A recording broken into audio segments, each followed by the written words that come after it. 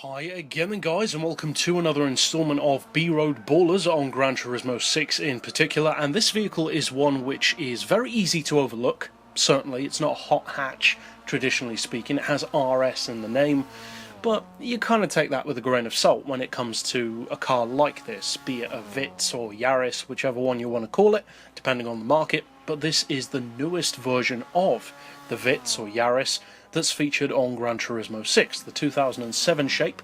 It is a full premium, an interesting choice of car to make premium, especially when in comparison the Supra, for instance, isn't. Kind of a strange choice there, but whatever. Now, as far as performance goes, this car is a lot better than you'd probably expect it to be, and you can very quickly tell that this car has quite a lot of innate potential when you start to look at the tuned numbers. Because first of all, it's got a 1.5 litre engine. That's a decent size for a smaller hatch, but at the same time, you wouldn't necessarily expect huge power from that engine. It is turbocharged, and you can get 294 horsepower out of that engine. That's pretty impressive. That's pretty high for a 1.5 litre engine, especially in a car which certainly isn't an extreme performance machine.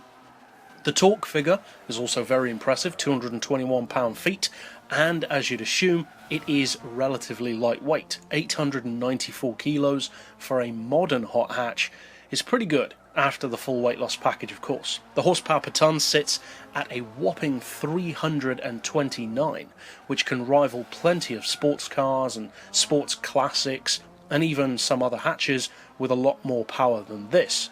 But to top it all off, the best thing I would say about this Yaris is the PP level. When fully tuned, it could easily, given all of those good numbers, be far too high, maybe 505 or 510, but it's not. It's no way near that. 576 is perfect for this car. You can easily detune it, just take a tiny amount of weight, or add a tiny amount of weight, or take a tiny amount of power off to get it rounded off to 475, or of course you could detune it to 450 or even lower. And considering that you get all of that potential for just over 16,000 credits, plus it's a premium, that's a pretty good deal. And an interesting side point about this car is, at least as far as I can remember so far through this series and also to come, I believe this might be the only hatchback in the game to have a 7-speed gearbox. I may be wrong about that, but I can't think of any other ones which do. So again, an interesting advantage potentially for this car to have. Plus, as you can see from this video, it has some pretty cool visual upgrades also. The full body kit, the rear wing, and fully tuned, lowered, weight dropped, power increased, add a race number.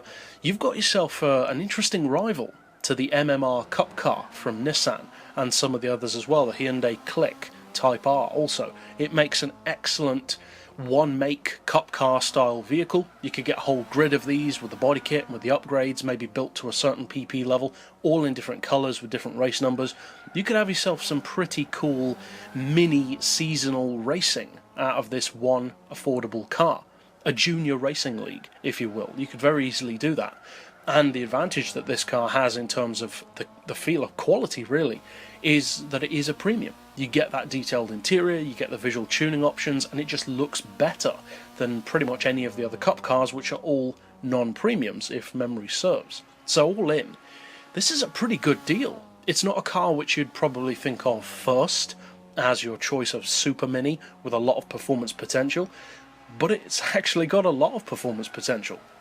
As you can see here around Fuji, the top speed is not bad at all for its power, certainly quick enough for most circumstances where you'll use a car like this, and the handling, as you'd safely assume, is very good. Of course it's front-wheel drive, it's compact, it carries its weight reasonably well. It's not super low in terms of centre of gravity, but it's certainly not bad. There are definitely worse hatches out there for stuff like flipping over around curbs, that kind of thing. So overall, if you haven't tried this particular version of the Yaris, it's definitely worth a look. It's fun, it's cheap, and it's effective. And to top it all off, it's got great visuals and a pretty decent selection of tuning options.